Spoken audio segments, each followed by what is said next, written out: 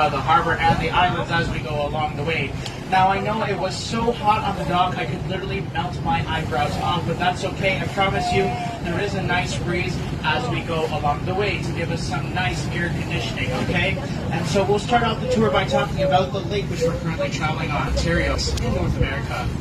When you think of it, all 5 Great Lakes combined accounts for about 21% of the world's freshwater supply. Yes, these lakes are freshwater and not saltwater.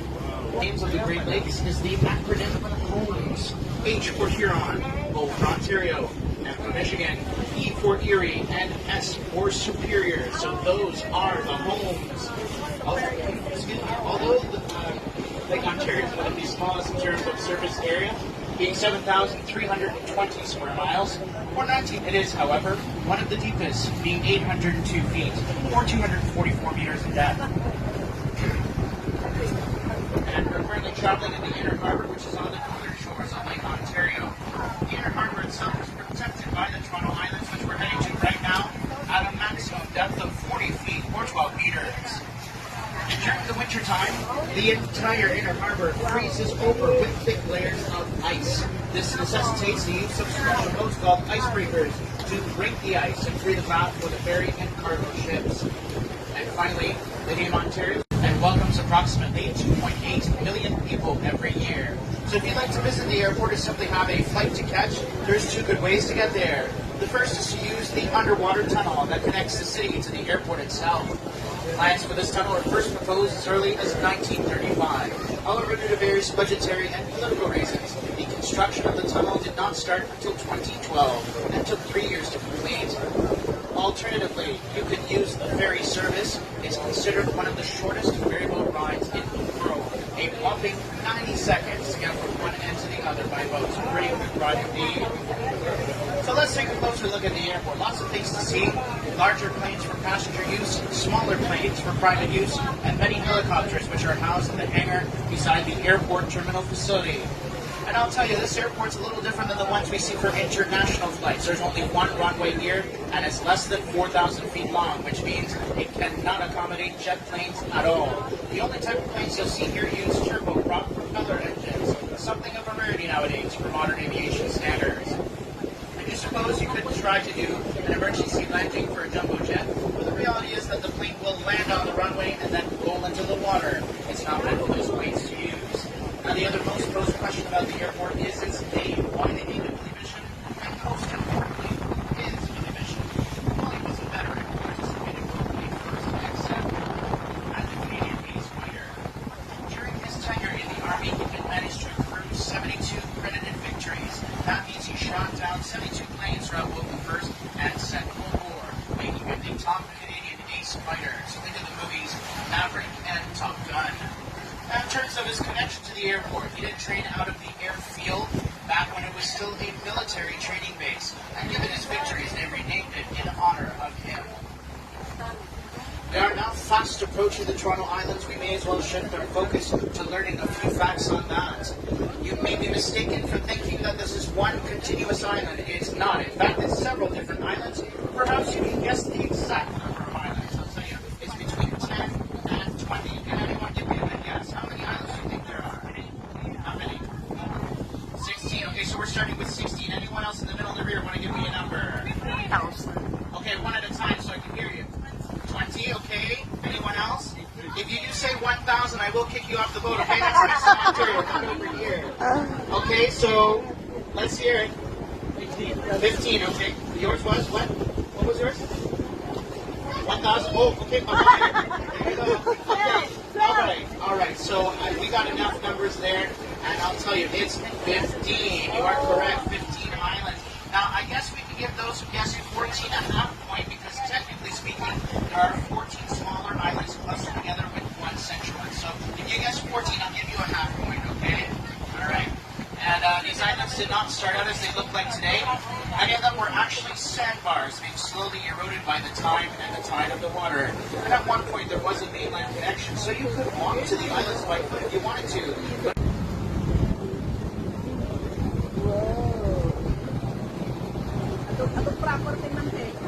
well, I sure hope you did. I don't own it. Directly attached to the Toronto Island Marina. Again, we're still looking on our left here. That island is Middle Island, the second biggest of the 15. And it houses much of the attractions that there are to do. The biggest one of them all is Centerville, a children's amusement park originally built in 1967 and even features a miniature railway too. In terms of other recreational activities, there's plenty of open parkland to enjoy. Bike and boat rentals, splash pools, a Franklin Children's Garden. There is a pier that extends out onto Lake Ontario, and that faces the actual lake instead of the inner harbor, and plenty of ordinary beaches too. In terms of your right-hand side, this island you see here with the large radio antennas, that happens to be Center Island. The biggest island of all 15, but that one houses much of the infrastructure for the islands, most notably these radio towers. They belong to the CHIN Radio Broadcasting Company, the first Canadian broadcaster to broadcast in other languages aside from French and English. So they do have channels in Farsi, Italian, Russian, Portuguese, Tagalog, Hindi, Cantonese, Mandarin, and many, many more. Whatever languages you can think of, they most likely have a channel for it. And the reception does reach all the way to the U.S. side of the lake too. And all 15 islands as a whole.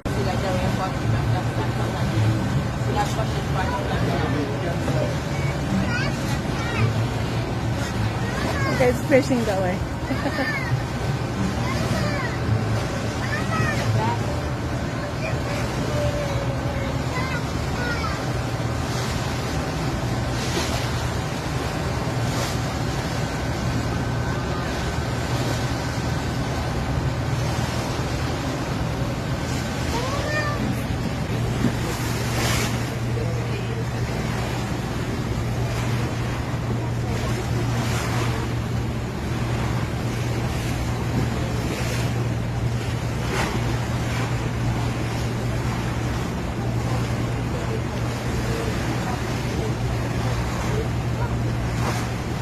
We're back for the second half of the trip. Yet more things to learn as we head back to the city.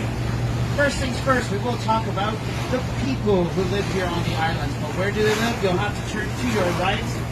In the distance over there, you can spot that two-story white building along the tree line. It's by itself. You can't miss it.